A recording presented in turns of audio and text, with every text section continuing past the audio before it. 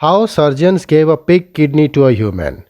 If found compatible in the long run, this process of xenotransplantation or transplanting organs between different species could help provide an alternative and additional supply of organs for people facing life threatening diseases.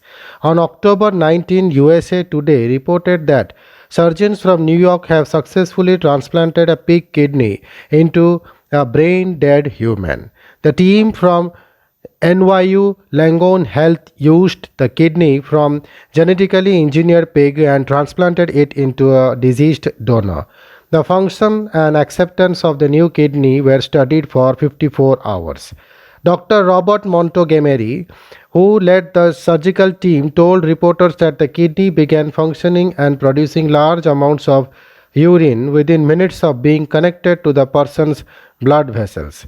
He added that the creatinine, which is cleared from the blood by the kidney, dropped from 1.9 to 0.8, demonstrating that the kidney was functioning optimally. Dr. Montgomery is the professor and chair of the Department of Surgery at NYU Langone Health and the director of its Transplant Institute. If found compatible in the long run, this process of xenotransplantation or transplanting organs between different species could help provide an alternative and additional supply of organs for people facing life threatening diseases. Why a genetically engineered pig? The transplant conducted on September 25 used a kidney that was obtained from a pig that had undergone editing to knock out a gene that codes for a sugar molecule called alpha gal. Alpha gal is not normally found in humans, and this molecule can elicit a devastating immune response in humans. The pigs with this gene alternation are called gal-safe pigs and have been FDA approved for human use for those who have pork allergies and also for use in pharmacology. These pigs have been well studied and have passed various levels of regulatory scrutiny.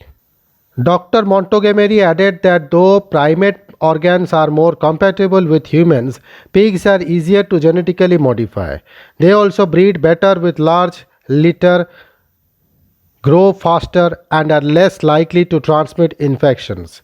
The size of their organs is also similar to ours. Did they transplant the pig kidney inside the human body? No. The kidney was attached to blood vessels in the upper leg outside the abdomen. It was covered with a protective shield for observation. Dr. Montgomery explained that the kidney remained pink and well perfused during the 54-hour study period.